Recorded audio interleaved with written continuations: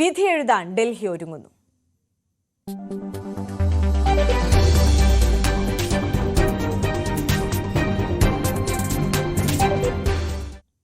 ഡൽഹി നിയമസഭാ തെരഞ്ഞെടുപ്പിന്റെ പരസ്യപ്രചാരണം സമാപിച്ചു. മറ്റന്നാൾ വോട്ടെടുപ്പ്. ആം ആദ്മി പാർട്ടിയും ബിജെപിയും കോൺഗ്രസും ഏറ്റുമുട്ടുന്ന ഡൽഹിയിൽ വാശിയേറിയ പ്രചാരണ നാളുകളാണ് കടന്നുപോയത്. ഭരണ തുടർച്ചയ്ക്ക് ആം ആദ്മി വോട്ട് ചോദിച്ചപ്പോൾ അഴിമതി ആരോപണങ്ങളും നേതാക്കളുടെ അറസ്റ്റും ബിജെപിയും കോൺഗ്രസും ആയുധമാക്കി. അവസാന മണിക്കൂറിൽ മുഖ്യമന്ത്രി അതിഷിക്കായി അരവിന്ദ് കെജ്രിവാൾ റോഡ് ഷോ നടത്തി. രാഗേഷിന്റെ റിപ്പോർട്ടിലേക്ക്. വാശിയേറിയ ഒരു പ്രചാരണ കാലത്തിനാണ് ഡൽഹിയിൽ സമാപനം ആയിരിക്കുന്നത്. അവസാന ദിനത്തിൽ ഏതായാലും വോട്ടുറപ്പിക്കുന്ന തിരക്കിലായിരുന്നു രാഷ്ട്രീയ പാർട്ടികൾ, സ്ഥാനാർത്ഥികൾ. മണ്ഡലങ്ങൾ കേന്ദ്രീകരിച്ചുകൊണ്ട് തന്നെയായിരുന്നു പ്രചാരണം. മുൻ മുഖ്യമന്ത്രിയും ആം ആദ്മി പാർട്ടി കൺവീനറുമായ അരവിന്ദ് കെജ്രിവാൾ മുഖ്യമന്ത്രി അതിഷിക്ക് വേണ്ടിയാണ് അവസാന മണിക്കൂറുകളിൽ വോട്ട് തേടിയത്. കൽക്കാജി മണ്ഡലത്തിൽ രണ്ടാം തവണയും അതിഷി മത്സരിക്കുമ്പോൾ അവിടെ ഭൂരിപക്ഷം വർദ്ധിപ്പിക്കേണ്ടതുണ്ട് ആം ആദ്മി പാർട്ടിക്ക്. ഏതായാലും കെജ്രിവാൾ വലിയ വിമർശനങ്ങളാണ് ബിജെപിക്കെതിരെ ഉന്നയിച്ചത്. ബിജെപി എങ്ങാനും അധികാരത്തിൽ വരികയാണെങ്കിൽ ഇപ്പോൾ നിലവിൽ നൽകുന്ന എല്ലാ സേവനങ്ങളും റദ്ദാക്കും.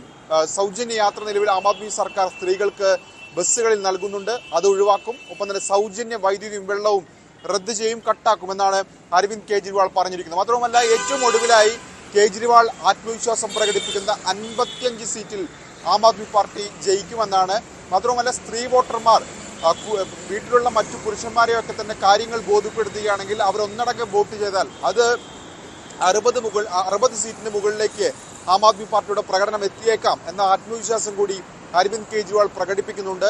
പ്രചാരണത്തിന്റെ ആദ്യഘട്ടങ്ങളിൽ ഏതായാലും അഴിമതി ആരോപണം, ശീഷ് മഹൽ വിവാദം ഒക്കെ തന്നെ ആം ആദ്മിക്കെതിരെ, അരവിന്ദ് കെജ്രിവാളിനെതിരെ ബിജെപിയും കോൺഗ്രസും ആയുധമാക്കിയെങ്കിൽ പിന്നീട് വാഗ്ദാനങ്ങൾ നൽകിക്കൊണ്ട് കെജ്രിവാൾ കളം പിടിക്കുന്നത് കണ്ടു.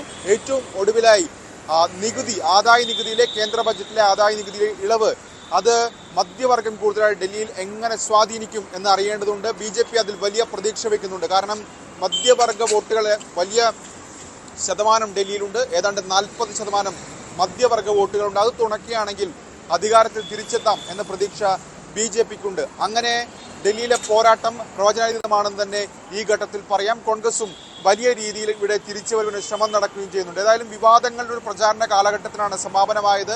അഴിമതി ആരോപണം തുടങ്ങി ഏറ്റവും ഒടുവിൽ MLA-മാരുടെ രാജി, യമുനയിലെ വിഷാംശ പരാമർശം, അങ്ങനെ സംഭവബഹുലമായ ഒരു മാസം നീളുന്ന പ്രചാരണത്തിന് ഇപ്പോൾ തിരിച്ചു വീണ്ടിരിക്കുകയാണ്. 5-ാം തീയതി ഏതായാലും ഡൽഹി വോട്ടെടുപ്പിലേക്ക് കടക്കുകയാണ്.